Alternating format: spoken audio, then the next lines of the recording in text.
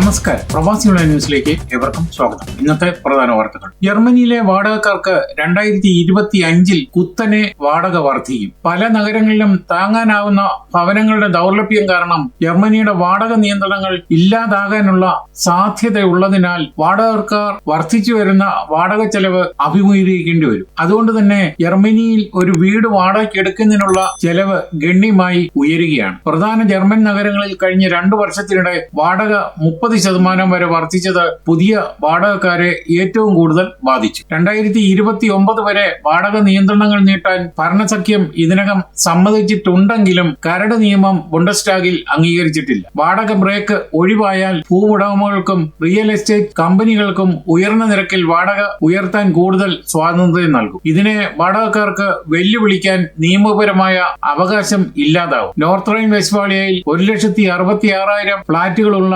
ഡ്യൂസൽഡോഫ് ആസ്ഥാനമായുള്ള LEG ജർമ്മനിയിലെ ഏറ്റവും വലിയ വാടക കമ്പനികളിൽ ഒന്നാണ്. ജർമ്മനിയുടെ മറ്റു ഭാഗങ്ങളിൽ വാടക പൊതുവെ വളരെ കൂടുതലാണ്. അതുകൊണ്ട് തന്നെ രാജ്യത്തെ ചെലവേറിയ നഗരമായ മ്യൂണിക്കിൽ പുതിയ കെട്ടിടങ്ങൾക്ക് വാടക ചോദിക്കുന്നത് 80 ചതുരശ്ര മീറ്റർ വിസ്തീർണമുള്ള ഒരു അപ്പാർട്ട്മെന്റിന് 1 ചതുരശ്ര മീറ്ററിന് 25.08 യൂറോ വരെ ഉയർന്നതായി ഇമ്മോ സ്കൗട്ടിന്റെ പഠനം കണ്ടെത്തി.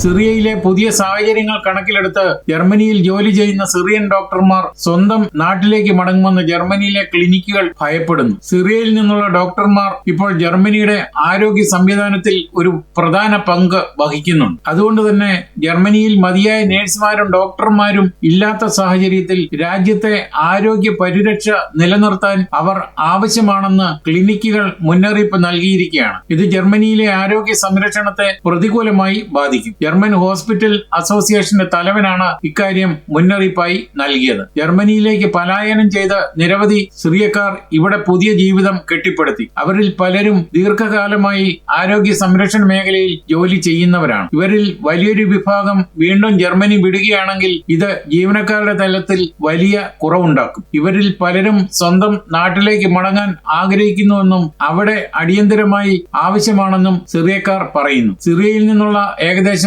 6,000-ഓളം ഡോക്ടർമാർ ജർമ്മനിയിൽ ജോലി ചെയ്യുന്നുണ്ട്. അതേസമയം നിലവിൽ റൈൻലാൻഡ് ഫാൽസിൽ 1,000-ഓളം ഫാമിലി ഡോക്ടർമാരുടെയും കുറവുണ്ട്. ജർമ്മൻ മെഡിക്കൽ അസോസിയേഷന്റെ സ്ഥിതിവിവരക്കണക്കുകൾ പ്രകാരം കഴിഞ്ഞ വർഷം അവസാനം ജർമ്മനിയിൽ 5,758 സിറിയൻ ഡോക്ടർമാർ ജോലി ചെയ്തിരുന്നു. അവരിൽ ഏകദേശം 5,000 പേർ ക്ലിനിക്കുകളിൽ ജോലി ചെയ്യുന്നവരാണ്. റൊമാനിയയ്ക്കും റഷ്യയ്ക്കും ശേഷം വിദേശ ഡോക്ടർമാരുടെ ഏറ്റവും വലിയ ഗ്രൂപ്പായി ഇവർ മാറിയിരിക്കുകയാണ്. മൊത്തത്തിൽ 2,20,000-ലധികം ഡോക്ടർമാർ ഇൻപേഷ്യന്റ് മേഖലയിൽ ജോലി ചെയ്യുന്നുണ്ട്. സിറിയയിൽ നിന്നുള്ള ആയിരക്കണക്കിന് ഡോക്ടർമാർക്ക് എന്തെങ്കിലും വ്യത്യാസം ഉണ്ടോ എന്ന് ചോദിച്ചാൽ ഇല്ലതാനും. എന്നാൽ ഓരോ പ്രദേശത്തിനും സ്ഥിതി വളരെ വ്യത്യാസപ്പെട്ടിരിക്കുകയാണ്. ജർമ്മനിയിലെ ഗ്രാമപ്രദേശങ്ങളെ വലിയ നഗരങ്ങളെക്കാൾ ഡോക്ടർമാരുടെ കുറവ് ബാധിക്കുന്നുണ്ട്. ജനറൽ പ്രാക്ടീഷണർമാർ വിരളമാണ്. ഒരു പ്രാക്ടീസ് പെട്ടെന്ന് അവസാനിച്ചാൽ രോഗികൾ ഡോക്ടർ ഇല്ലാതെ അവശേഷിക്കും. ഇതിനായി 2 മൊബൈൽ മെഡിക്കൽ പ്രാക്ടീസുകൾ ഇപ്പോൾ റൈൻലാൻഡ് ഫാൽസിൽ സഹായിക്കുന്നുണ്ട്. ഗ്രാമീണ മേഖലയിലെ ക്ലിനിക്കുകൾ കുടിയേറ്റത്തെയാണ്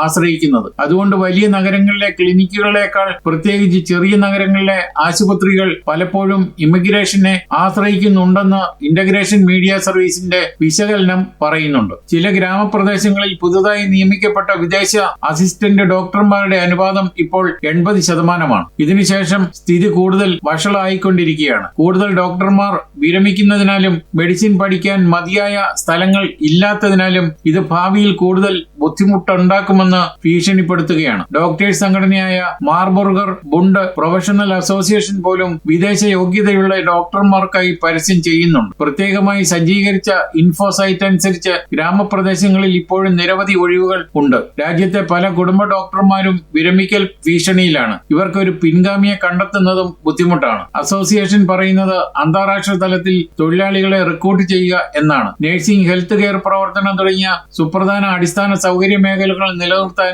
ജർമ്മനിക്ക് വിദേശത്ത് നിന്നുള്ള വിദഗ്ധ തൊഴിലാളികളെ ആവശ്യമുണ്ടെന്നാണ് ജർമ്മനിയിലെ മെഡിക്കൽ സ്പെഷ്യലിസ്റ്റുകളുടെ പ്രമുഖ അസോസിയേഷനും പറയുന്നത്. ജനസംഖ്യാപരമായ മാറ്റം, വൈദഗ്ധ്യമുള്ള തൊഴിലാളികളുടെ കുറവ്, വൈദ്യശാസ്ത്രത്തിലെ വർദ്ധിച്ചു വരുന്ന ആവശ്യം എന്നിവ അന്താരാഷ്ട്ര തലത്തിൽ തൊഴിലാളികളെ റിക്രൂട്ട് ചെയ്യേണ്ടത് ജർമ്മനിക്ക് ആവശ്യമായി വന്നിരിക്കുകയാണ്. സിറിയയിൽ നിന്നുള്ള ഡോക്ടർമാരെ സംബന്ധിച്ചിടത്തോളം അവർക്ക് അവരുടെ രാജ്യമാണ് വലുത്. ഇവർ ജർമ്മനിയിലെ ആരോഗ്യ സംരക്ഷണത്തിന് പ്രധാന സംഭാവന നൽകുന്നുവെങ്കിലും അവരുടെ വിടവാങ്ങൽ തീർച്ചയായും ജർമ്മൻ ആരോഗ്യ സംരക്ഷണ സംവിധാനത്തിൽ ശ്രദ്ധേയമായ പ്രത്യാഘാതങ്ങൾ സൃഷ്ടിക്കുമെന്ന് ഉറപ്പാണ്. എന്നാൽ 2039 ആകുമ്പോഴേക്കും ഡോക്ടർമാരുടെയും നഴ്സുമാരുടെയും കുറവുണ്ടാകും. നിലവിൽ ആരോഗ്യ പ്രവർത്തകരുടെ സ്ഥിതി പിരിമുറുക്കത്തിലാണ്. 2039 ആകുമ്പോഴേക്കും ഇത് കൂടുതൽ വഷളാവും. ഡോക്ടർമാരെയും നഴ്സുമാരെയും കാണാനും കിട്ടാനുമില്ലാത്ത അവസ്ഥയുണ്ടാകുമെന്നുമാണ് റിപ്പോർട്ടുകൾ പറയുന്നത്.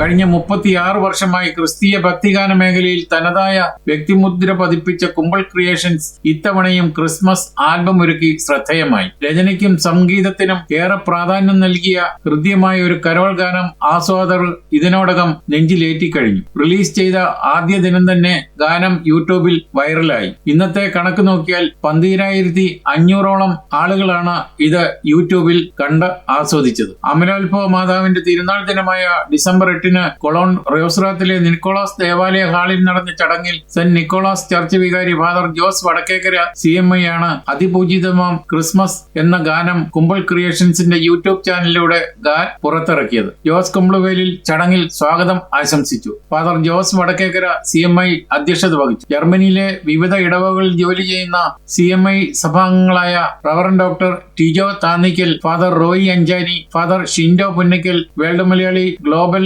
ഭാരവാഹികളായ Thomas Arambankudi, Gregory Medayil, Mercy Thadathil, Europe region ഭാരവാഹികളായ ജോളി തടത്തിൽ, ജോളിയം പടയാട്ടിൽ, ജർമ്മൻ പ്രോവിൻസ് ഭാരവാഹികളായ Chinnu Padayattil, Cologne Kerala Samajam president Jose Puthussery, John Mathew എന്നിവർ ആശംസകൾ നേർന്നു. ഷീന കുമ്പിളുവേലിൽ നന്ദി പറഞ്ഞു. യൂറോപ്പിലെ മാധ്യമ പ്രവർത്തകൻ ജോസ് കുമ്പിളുവേലിയുടെ വരികൾക്ക് ഷാൻഡി ആന്റണി അങ്കമാലിയുടെ സംഗീതത്തിൽ ഹിറ്റ് ഗാനങ്ങളുടെ ഉടമകളായ father Bibin Kurishuthara CMI, sister Sijeena George MLF എന്നിവരാണ് ഗാനം ആലപിച്ചിരിക്കുന്നത്. ബിനു മാതിരമ്പുഴയാണ് ഓർക്കസ്ട്രേഷൻ നിർവഹിച്ചിരിക്കുന്നത്. 1999, 2003, 2015, 2019, 2020, 2022, 2023 വർഷങ്ങളിലെ സൂപ്പർ ഹിറ്റ് ക്രിസ്മസ് ആൽബങ്ങൾക്ക് ശേഷം ഇക്കൊല്ലം കുമ്പിൾ ക്രിയേഷൻസ് യൂറോപ്പിലെ ആദ്യത്തെ മലയാളത്തിലുള്ള ഓൺലൈൻ ന്യൂസ് ചാനലായ പ്രവാസി ഓൺലൈന്റെ സഹകരണത്തോടെയാണ് അതിപൂജിതമാം ക്രിസ്മസ് എന്ന കരോൾ ഗീതം അണിയിച്ചൊരുക്കിയത്. കുമ്പിൾ ക്രിയേഷൻസിന്റെ ബാനറിൽ ജെൻസ് ജോയൽ, ഷീന കുമ്പിളുവേൽ എന്നിവരാണ് ഗാനം നിർമ്മിച്ചിരിക്കുന്നത്. കുമ്പിൾ ക്രിയേഷൻസിന്റെ തുടർച്ചയായിട്ടുള്ള 5ാമത്തെയും ജോസ് കുമ്പിളുവേൽ രചിച്ച 8ാമത്തെയും ക്രിസ്മസ് ഗാനമാണിത്. ദയവായി ഗാനം ആസ്വദിക്കാൻ കുമ്പിൾ ക്രിയേഷൻസ് യൂട്യൂബ് ചാനൽ സന്ദർശിക്കുക. ഇതുവരെ സബ്സ്ക്രൈബ് ചെയ്യാത്തവർ സബ്സ്ക്രൈബ് ചെയ്താൽ ഞങ്ങൾ അപ്ലോഡ് ചെയ്യുന്ന അതേ സെക്കൻഡിൽ തന്നെ നിങ്ങളുടെ വിരൽത്തുമ്പിൽ ഞങ്ങളുടെ ഗാനം എത്തുന്നതായിരിക്കും. അതുകൊണ്ട് സബ്സ്ക്രൈബ് ചെയ്യാനും ലൈക്ക് ചെയ്യാനും ഷെയർ ചെയ്യാനും മറക്കാതെ ചെയ്യുമെന്ന് ഈ അവസരത്തിൽ പ്രത്യേകം അഭ്യർത്ഥിക്കുന്നു. ജർമ്മനിയിൽ വിദഗ്ധ തൊഴിലാളികളുടെ അഭാവം മൂലം രാജ്യത്ത് ഊർജ്ജ സംക്രമണം പരാജയപ്പെടുമെന്ന അപകടത്തിലാണ്. 2030ഓടെ പുനരുപയോഗ ഊർജ്ജങ്ങളുടെ വിപുലീകരണത്തിന് 1,00,000 വൈദഗ്ധ്യമുള്ള തൊഴിലാളികളുടെ കുറവുണ്ടാകുമെന്ന് ഒരു പുതിയ പഠനം വെളിപ്പെടുത്തുന്നു. ജർമ്മനിയിലെ ഊർജ്ജ പരിവർത്തനത്തെ പേഴ്സണൽ തടസ്സങ്ങൾ മന്ദഗതിയിൽ ആക്കുകയാണ്. Association of German chambers of industry and കൊമേഴ്സിന്റെ ഒരു പഠനമനുസരിച്ച് അടുത്ത ഏതാനും വർഷങ്ങളിൽ പുനരുപയോഗ ഊർജ്ജത്തിന്റെ ആസൂത്രിത വിപുലീകരണത്തിൽ 1/2 ദശലക്ഷത്തിലധികം വിദഗ്ധ തൊഴിലാളികളുടെ കുറവുണ്ടാകും. നൈപുണ്യമുള്ള തൊഴിലാളികളുടെ കുറവ് കാരണം പരിവർത്തനത്തിന് കൂടുതൽ സമയമെടുക്കുമെന്ന് പല കമ്പനികളും അനുമാനിക്കുന്നു. അതുകൊണ്ട് തന്നെ എല്ലാ മേഖലകളിലുമായി ഏകദേശം 5,60,000 ജീവനക്കാരുടെ കുറവാണ് ഉണ്ടാകുന്നത്.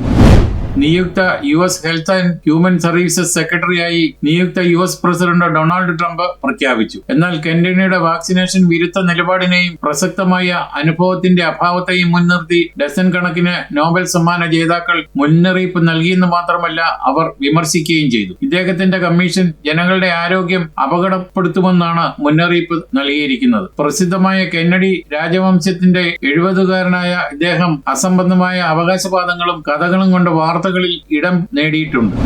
കേരളത്തിലെ തൊഴിൽ വകുപ്പിന്റെ കീഴിലുള്ള പൊതുമേഖലാ സ്ഥാപനമായ overseas development and employment promotion കൺസൾട്ടന്റിന്റെ അതായത് ഒഡെപെക്കിന്റെ നേതൃത്വത്തിൽ ആരംഭിക്കുന്ന സർക്കാർ അധീനതയിലുള്ള ഇന്ത്യയിലെ ഏറ്റവും വലിയ ജർമ്മൻ ഭാഷാ പരീക്ഷാ കേന്ദ്രം അങ്കമാലിയിൽ പ്രവർത്തനം ആരംഭിച്ചു. അങ്കമാലി സൗത്ത് ഇൻഗൽ ബിസിനസ് പാർക്കിൽ നടന്ന സമ്മേളനത്തിൽ German consul general Achim Burkart ഉദ്ഘാടനം ചെയ്തു. ODEPC chairman advocate KP Anilkumar അധ്യക്ഷത വഹിച്ചു. German government agency executive director Thorsten Kiefer, ODEPC MD KA Anoop എന്നിവർ പ്രസംഗിച്ചു. കേരളത്തിൽ നിന്ന് ജർമ്മനിയിൽ ജോലി തേടി പോകുന്നവർക്ക് ഏറെ ഉപകാരപ്രദമായിരിക്കും അങ്കമാലിയിൽ പ്രവർത്തനം ആരംഭിച്ച പരീക്ഷാ കേന്ദ്രം. ഇവിടെ പ്രവേശനം ലഭിക്കുന്നവർക്ക് പഠനം, പരീക്ഷാ ഫീസ്, വിസ, വിമാന യാത്രാ ചെലവ് എന്നിവ സർക്കാർ വഹിക്കുമെന്നും അനിൽകുമാർ പറഞ്ഞു.